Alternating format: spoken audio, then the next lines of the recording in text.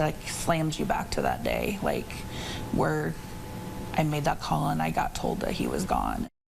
Sarah McFarland lost her husband, Robert McFarland. He was a correctional officer, father, and volunteer firefighter. After 2 inmates killed him and a nurse with a hammer at the Anamosa State Penitentiary, the state spent more than $20 million just trying to improve safety. But our KCRG TV9 I-9 investigative reporter Ethan Stein joins us now live to show us evidence suggesting those extra dollars are making a difference. We found documents showing an inmate trying to kill another correctional officer almost a year after the murders in the Anamosa State Penitentiary. Data shows there are fewer correctional officers working in Anamosa. Our I-9 team also found public charges for inmates assaulting staff members are not guaranteed. And Sarah McFarland says she believes another employee will die. Sarah McFarland carries reminders with her every day. I just feel like you get that pit in your stomach. The day an inmate, it almost like slams you back to that day, killed her husband, correctional officer Robert McFarland. He was going to miss us and that he loved us, and that was the last text I got from him. His wife was not surprised somebody died in the Anamosa State Penitentiary. Injuries from inmates sent her husband to the hospital 3 other times, and those are just the visits she knows about. I had found out one time he had went to the hospital and just not told me because he didn't want to worry me. So I'm not even sure what happened at that point.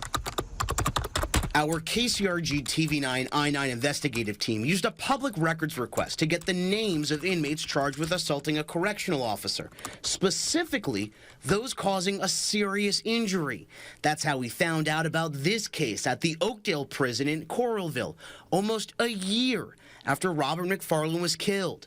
Prosecutors charged Teri Brayton with attempted murder after attacking a correctional officer using a weapon he fashioned from an office chair.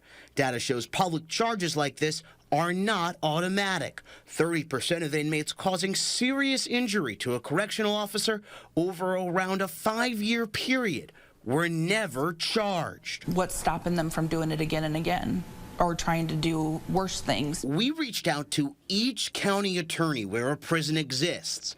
Each told us it has filed charges against every case brought to them inside a prison. But the Calhoun County attorney says some cases never make it to a public court.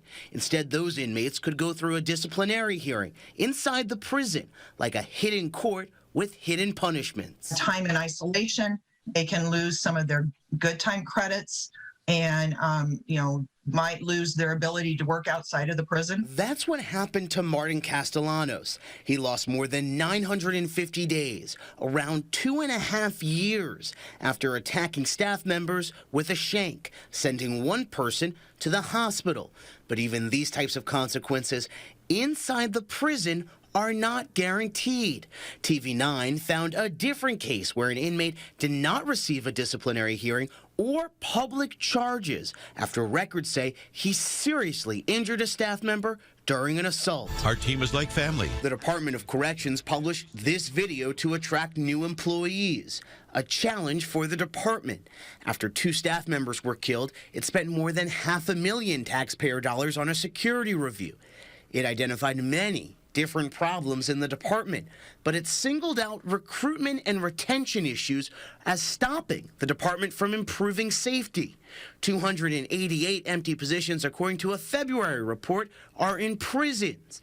The lack of people means the department is spending more on overtime, $8 million, more than double the amount spent before COVID-19. It kills them. For years, union officials said those long hours affect officer safety. Unintentionally, they get sloppy because they're dog tired. Tired is not the word used to describe Sarah McFarland. That's just how I keep going, is I want to make him proud. It's a weight she still carries, remembering her husband while fighting for others. It's going to happen again, and it's just like Robert's death was, not that it was for nothing, but it just like it didn't make as a big impact as it should have. Lorena Schulte's family is suing the department in a wrongful death lawsuit. It claims there was gross negligence on the department's behalf regarding training and staffing levels. We reached out to the Department of Corrections multiple times for an on-camera interview during our reporting process. It asked for questions in writing and sent a written statement. Spokesperson says working with an inmate population comes with risks and has added centralized new employee training model, body scanners, and mail scanning systems to increase security. In the newsroom, Ethan Stein, KCRG TV 9 News.